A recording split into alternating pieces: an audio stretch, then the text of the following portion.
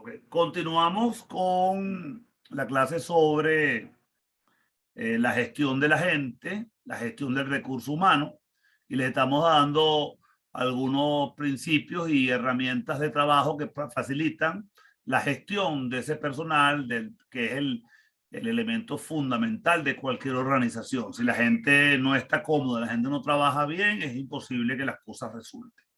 Las personas son realmente el elemento fundamental de cualquier misión. Muchas veces, inclusive, si tenemos un tremendo equipo de trabajo y montamos un programa y no tenemos los recursos, el mismo equipo se genera esos recursos y los consigue y logramos hacer el trabajo. Así que eso, que quede muy claro que el manejo del personal, de la persona que trabajamos juntas en hacer cualquier misión, en cualquier organización que estemos, es lo más importante para lograr que todo ese evento, que es lo más importante de la gestión, se logren hacer las cosas que queremos. Ya hablamos hasta ahorita sobre la primera, que es el liderazgo y la supervisión, y hablamos sobre fijar objetivos compartidos. Tiene que haber un plan claramente compartido por todos los que trabajan en la misión, en el lugar de trabajo. Tiene que haber motivadores, ¿verdad? Y vimos que podían ser motivadores positivos y motivadores negativos. Teníamos que ejercer funciones de supervisión. Las funciones de supervisión, no les dije que era simplemente el poder saber si la gente está cumpliendo con lo que tiene que hacer y poder hacer correcciones en el momento que se está haciendo esa supervisión, que es diferente que el monitoreo o el seguimiento. En la supervisión hay tres tipos de supervisores, ¿no? Se habla de los supervisores más dictatoriales, se habla de los supervisores que son más democráticos y se habla de los supervisores déjalo ser, déjalo hacer, ¿no? Eso sí es interesante porque en el sistema, nosotros como médicos tenemos un sistema que dentro de muchas de las actividades que hacemos, muchas de las formas en que nos tratamos y nos dirigimos en el recurso humano, tenemos una manera muy jerárquica y muy dictatorial en un momento dado de actuar. También tenemos momentos donde somos extremadamente democráticos en nuestras relaciones dentro del grupo de trabajo, y tenemos en momentos que hay personas que son muy dejarlo hacer, dejarlo ser, y eso permite que el trabajo fluya y fluya muy bien. Entonces, dentro de esa supervisión dictatorial, ¿a quién se le ocurre dentro del ambiente hospitalario donde ustedes están trabajando? ¿Cuál podría ser una situación donde el liderazgo dictatorial, ¿verdad? Los tres tipos de liderazgo y las formas de liderar tienen su encanto y tienen sus ventajas y sus desventajas, y tienen sus momentos donde se deben utilizar. ¿En qué momentos o en qué áreas hospitalarias, de atención hospitalaria, ustedes creen que la supervisión más dura, más dictatorial, más de que yo el que manda uno y los demás cumplen, se hace? ¿A quién se le ocurre por ahí? Que ocurre rutinariamente en el ambiente hospitalario. ¿Cuál puede ser? ¿A quién se le ocurre que haya vivido esa experiencia donde el supervisor, el ejecutivo, el jefe es súper dictatorial y no se aceptan muchísimas opiniones, ¿verdad? A ver, ¿quién se le ocurre? Bueno, nosotros como estudiantes a veces vivimos esas situaciones en el hospital. ¿Cómo? Dame un ejemplo. Nosotros como estudiantes a veces vivimos ese tipo de situaciones en el hospital en donde no tenemos ni voz ni voto con respecto a cómo se va a llevar la dinámica. Ok, ajá. Participan, pero ustedes tienen poca de opinión, su opinión no es tomada en cuenta, dices tú. ¿Ah? Exacto, no en todos los servicios, pero ha llegado a pasar. Pero dime un servicio, bueno, tuvo cualquiera, un servicio donde está claramente diferenciado cuál es esa supervisión donde realmente son mucho más rígidos. Hay otros servicios donde son mucho más democráticos, y hay otros servicios donde prácticamente, y son estilos también de los supervisores, de los jefes, pues. Hay momentos donde más bien la gente la dejan hacer y el servicio va funcionando muy bien, sin que tú sientas que el supervisor o jefe tiene una mano dura sobre eso. Por ejemplo, algunos de ustedes han participado en intervenciones quirúrgicas. No, nunca. Nunca ninguno ha entrado a pabellón como A ver, ayudante. nada Algunos más. hemos entrado, Sí, a pero ver. Bueno, han entrado no como ayudantes, ¿no? no, nunca Exacto. como ayudante. Bueno, pero han visto la escena, ¿verdad? La Sí. escena es que está el médico cirujano, está el médico anestesiólogo y está el segundo ayudante, está la enfermera instrumentista, hay otra enfermera y generalmente inclusive hay otro tercer ayudante, ¿ok?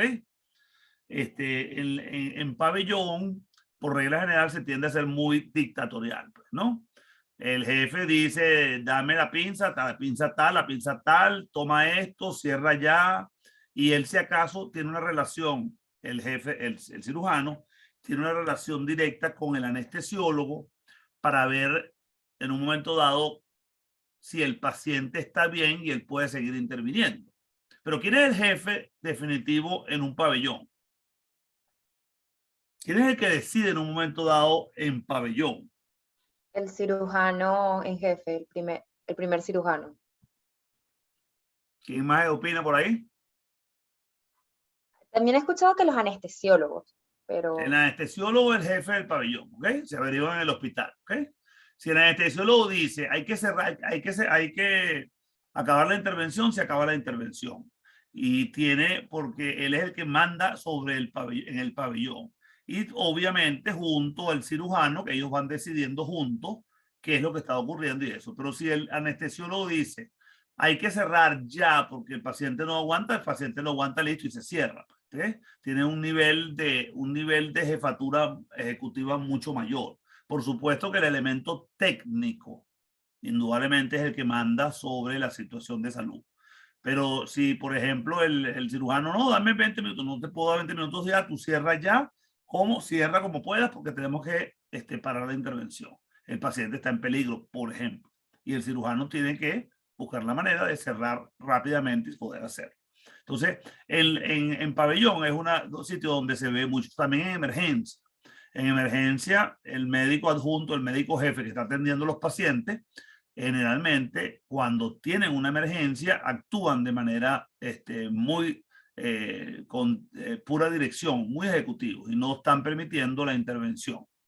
Un sitio donde sí se permite y son más democráticos, inclusive participan ustedes los estudiantes, claro, con algún grado de temor y resquemor porque son el último eslabón de la cadena, sería en la revista médica, ¿no? En la revista médica intervienen todos, ¿correcto?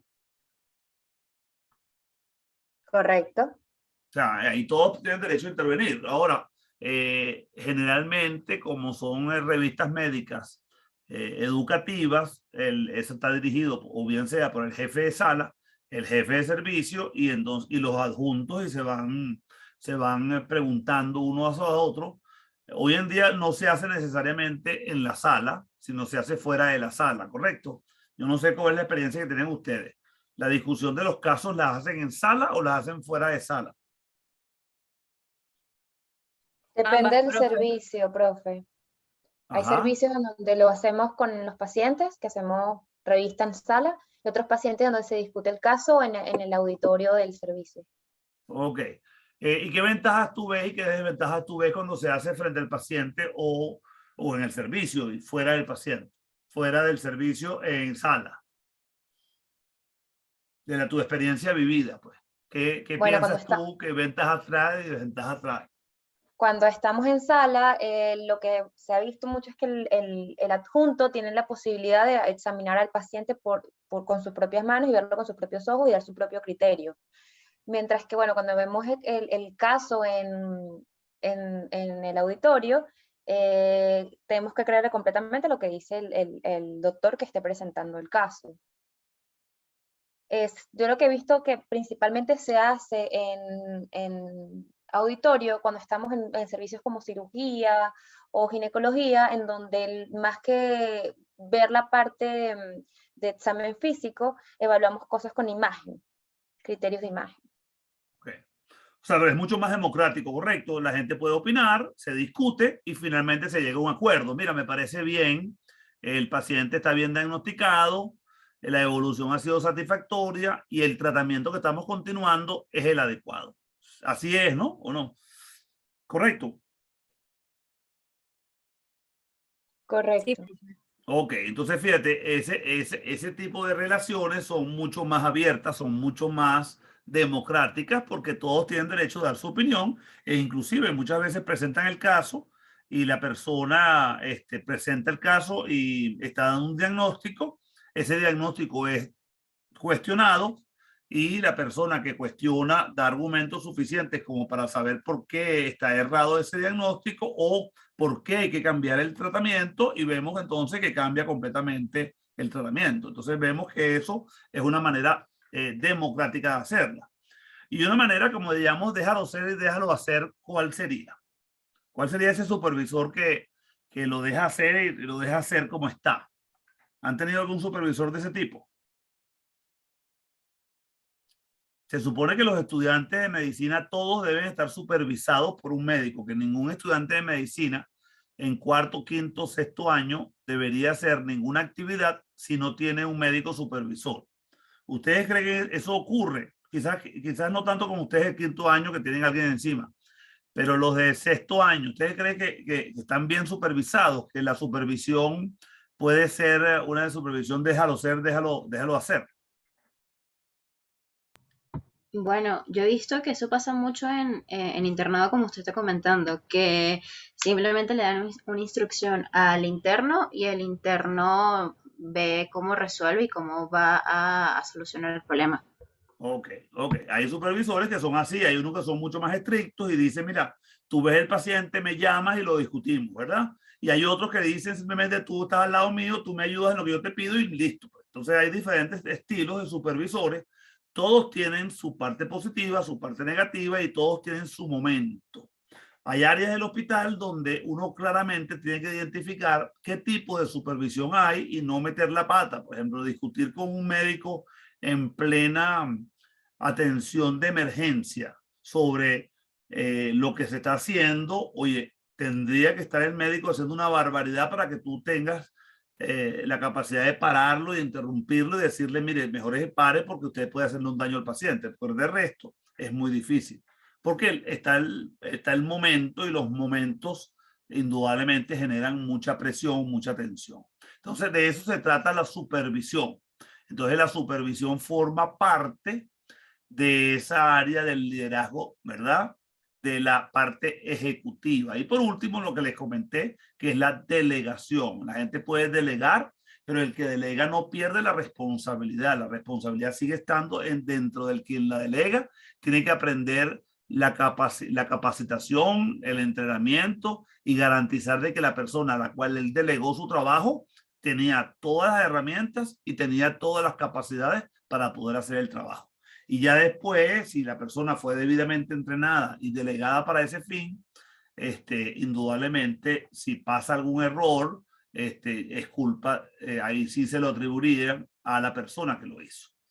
En cuanto a la organización, ya comentamos la descripción del cargo, los roles y responsabilidades y la importancia de tener muy claramente establecido la organización desde el punto de vista de organigrama, con quienes me relaciono yo hacia arriba, con quienes me relaciono yo hacia abajo, mis superiores, mis subalternos y quiénes son mis iguales y cómo puedo hacer para conseguir y establecer comunicaciones que sean verdaderamente efectivas y que me permitan hacer la gestión de una manera mucho más fácil y cumplir todos los objetivos.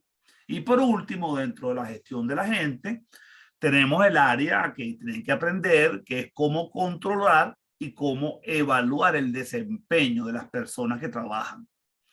Dentro del seguimiento, tenemos el seguimiento de indicadores de gestión e indicadores de impacto. ¿Alguno de ustedes me puede decir cuál es un indicador de gestión? ¿Qué diferencia tiene un indicador de gestión y un indicador de impacto? ¿Aló? El de impacto se refiere a ver cómo es la respuesta a un mediano plazo, o sea, si las medidas que se aplicaron están funcionando. Ajá. Y de gestión no estoy muy segura, pero supongo que es a ver si se están cumpliendo. Ok, de gestión es que tú digas, mira, nosotros prometimos que este año íbamos a mejorar la mortalidad infantil, ¿verdad? Y queríamos que el impacto de nuestra acción disminuyera la mortalidad infantil en Venezuela por lo menos 3 puntos o 5 puntos. Para eso establecimos un programa de atención de enfermedades prevalentes de la infancia y establecimos un programa de vacunación. Entonces, el impacto sería, vamos a evaluar si realmente al final del programa logramos disminuir, ¿verdad?, la mortalidad infantil. Ese es el impacto. Y la evaluación de la gestión sería, yo prometí que iba a vacunar el 50% o el 70% de la población y en verdad no llegué a vacunar sino el 30%. Entonces, el impacto es probable que no haya sido alcanzado. ¿Por qué? Porque la gestión, el indicador de gestión, que sería el porcentaje de personas vacunadas, no se alcanzó el nivel adecuado. Igual sería, por ejemplo, yo prometo que voy a ver a las embarazadas al menos 3 veces durante el embarazo. Y cuando tú sacas el número de veces, entonces tú dices, no, llegué a 2. Entonces todavía no estamos cumpliendo con los indicadores de gestión de un programa, por ejemplo, de atención prenatal. No sé si te quedó claro, creo que es Cleopatra, ¿no? Sí, sí, ahora sí. Ok, entonces Tenía más o eso menos es la idea. importantísimo esa diferencia que tenemos entre los indicadores de gestión y los indicadores de impacto. Luego, una manera de controlar a la gente, de hacerle monitoreo y de evaluar su desempeño sería indudablemente, bueno, la persona cumple con su horario o no cumple con su horario. La persona, cuando los supervisores van al sitio de trabajo, ¿está en el sitio o no está en el sitio? ¿Está cumpliendo las actividades que tiene que hacer o no las está haciendo? Por ejemplo, si usted trabaja y usted no está en el sitio de trabajo y no cumple con las mínimas consultas que usted tiene que hacer, bueno, obviamente en el control usted estaría muy mal. Los registros se basan en eso. Uno debe indicar qué es lo que se aspira de cada persona. Ustedes, por ejemplo, yo tengo entendido que ustedes les chequean las actividades que hacen o no. En clínica, no les chequean el número de actividades que hacen en clínicas. No les llevan un contaje de cuánto hacen y cuánto no hacen. Dependiendo del servicio. Hay Ajá. servicios que sí, hay servicios que no. ¿En qué servicio, por ejemplo, te ha pasado que sí? ¿Y En qué cuentan y cómo te lo cuentan? ¿Cómo hacen para...? En obstetricia, en cuarto año, nos pedían llevar un registro ay, se me olvidó el nombre de esto. De las guardias del porperio.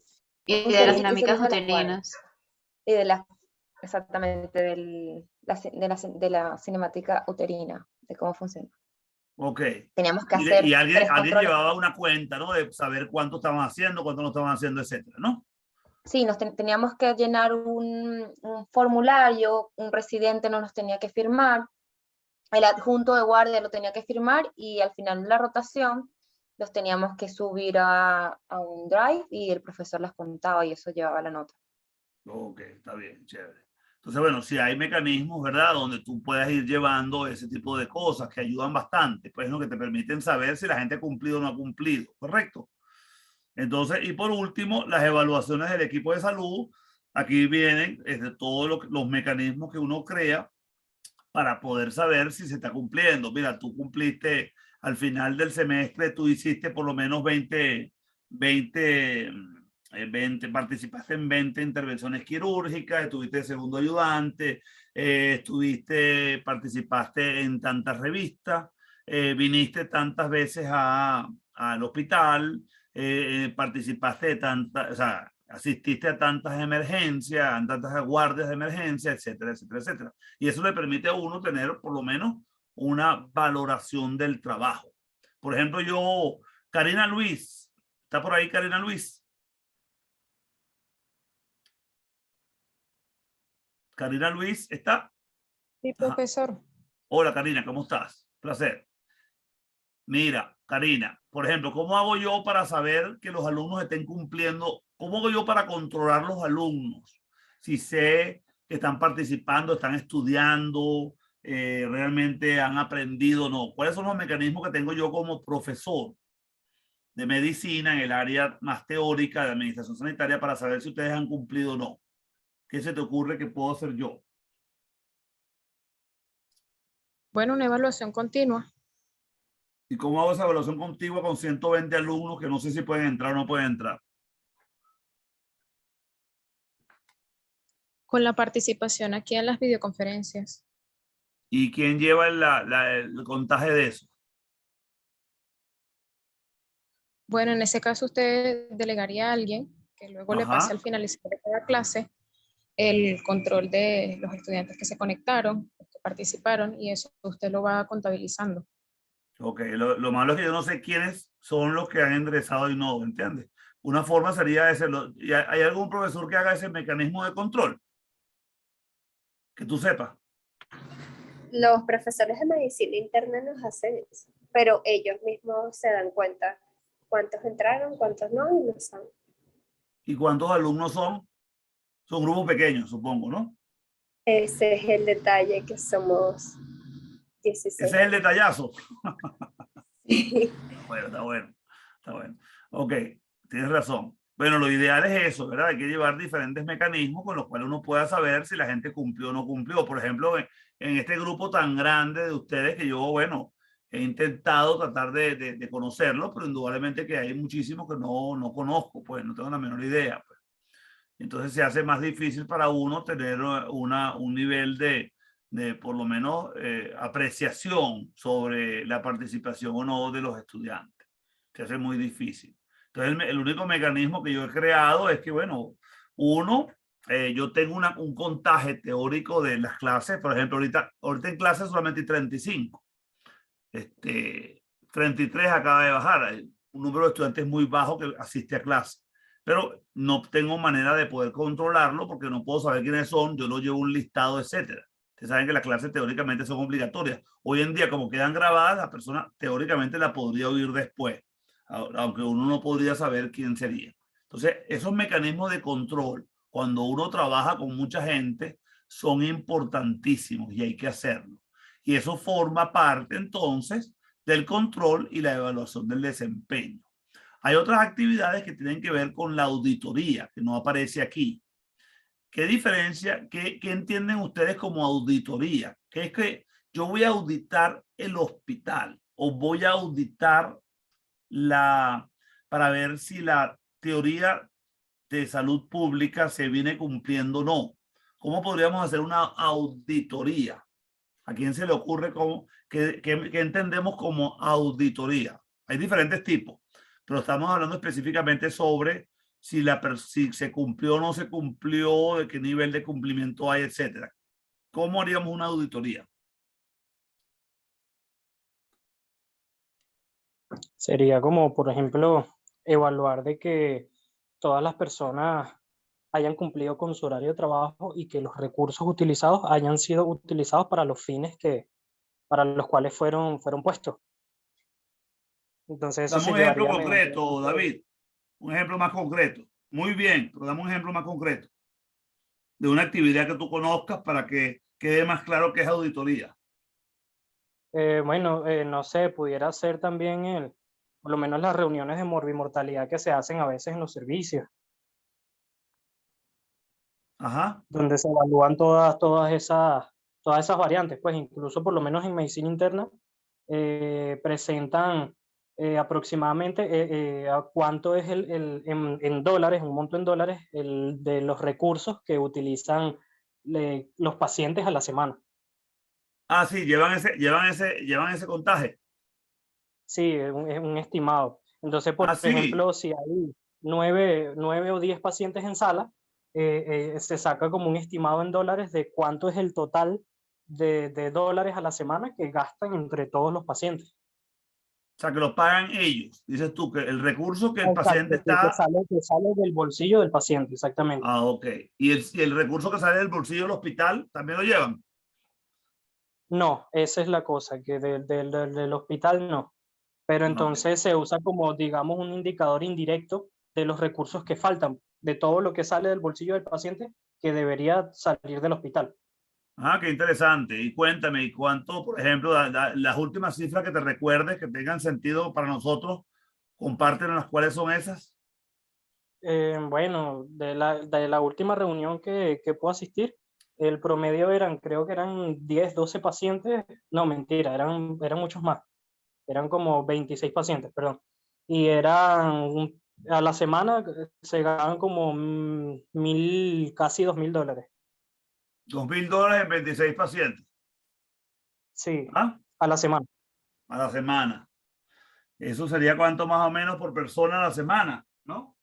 Interesante eso, ¿no? Y ese Sí, dinero lo están habría llevando que, y lo están contando después. ¿Ah? eso sí no sabría decirle, no sabría realmente qué Pues es hacen después interesante de... para conocer qué están haciendo. ¿Alguno te conoce, alguno conoce otro sistema de auditoría que estén llevando en el hospital, que hayan vivido ustedes? O sea, que cada paciente está gastando más o menos $76 a la semana en promedio, pues, entregando para el hospital para que puedan recibir tratamiento. Eso es lo que tú me quieres decir, ¿no? Sí, aproximadamente eso.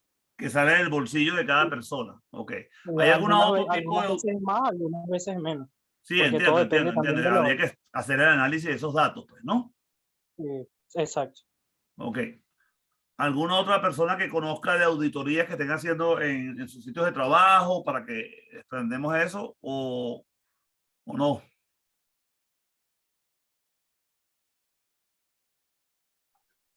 Profe, otra pudiese ser la que donde colocan personal de seguridad en la entrada y van revisando el bolso de cada uno del personal de salud. Bueno, eso es más un mecanismo de control, ¿ok? Más que una auditoría, ¿ok? Es un mecanismo de control que te da un indicador. El indicador sería al final si cuánta gente se lleva objetos robados, pues para ponerlo de esa forma, ¿verdad? Al final de la semana, es un indicador, pero realmente es mecanismo de control para evitar que se lleven recursos del hospital para afuera, ¿correcto? Ok, gracias. Ok. Auditoría, ¿verdad? Son los mecanismos con los cuales tú chequeas si las cosas se están haciendo como se dice que se están haciendo, cuáles son los procesos y cuáles son los recursos que se están utilizando.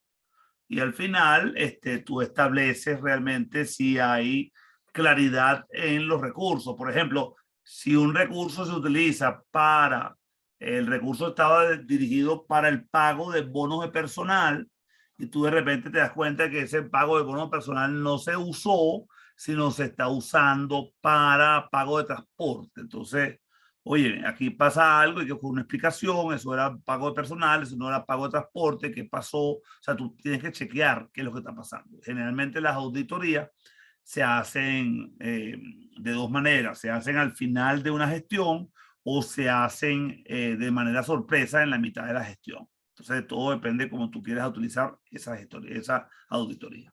Bueno, esa es la idea. Entonces, el manejo después yo le voy a entregar este documento, pueden leer, esto lo tienen ustedes dentro del libro de texto que trabajamos. Son un número de páginas importantes. La intención es que ustedes ojeen, conozcan estas herramientas que existen para el manejo de las personas, del personal, de la gente, y puedan entonces esquematizarlo y utilizar estas herramientas pronto o ahorita mismo que están haciendo trabajos ustedes con sus compañeros en investigación y en trabajos de equipo. Bueno, yo creo que ya es suficiente por el día de hoy. Ya doy por terminada la segunda parte de la gestión, que es la gestión de la gente. Y bueno, y hemos cumplido. Yo les voy a mandar el material. Lo que nos habíamos quedamos que era el día 24 de enero el examen, ¿correcto? Sí, profe. Ok, entonces yo voy a incluir el tema del día de hoy. Van los temas que les coloqué ya en la lámina, se la vuelvo a colocar en Classroom y voy a incorporar esto y voy a subir este documento que tiene muchos defectos, pero tiene algunas cosas buenas que les va a permitir a ustedes quizás darles a ustedes una síntesis de lo que se aspira que ustedes lean del libro. ¿Estamos listos entonces? Bueno, muchísimas gracias por su asistencia. Si hay alguna otra pregunta para cerrar, si no, listo, pues. Bueno, chao, pues. Gracias por la asistencia y hasta luego. Chao, profe. Gracias. Chao. Profe, gracias.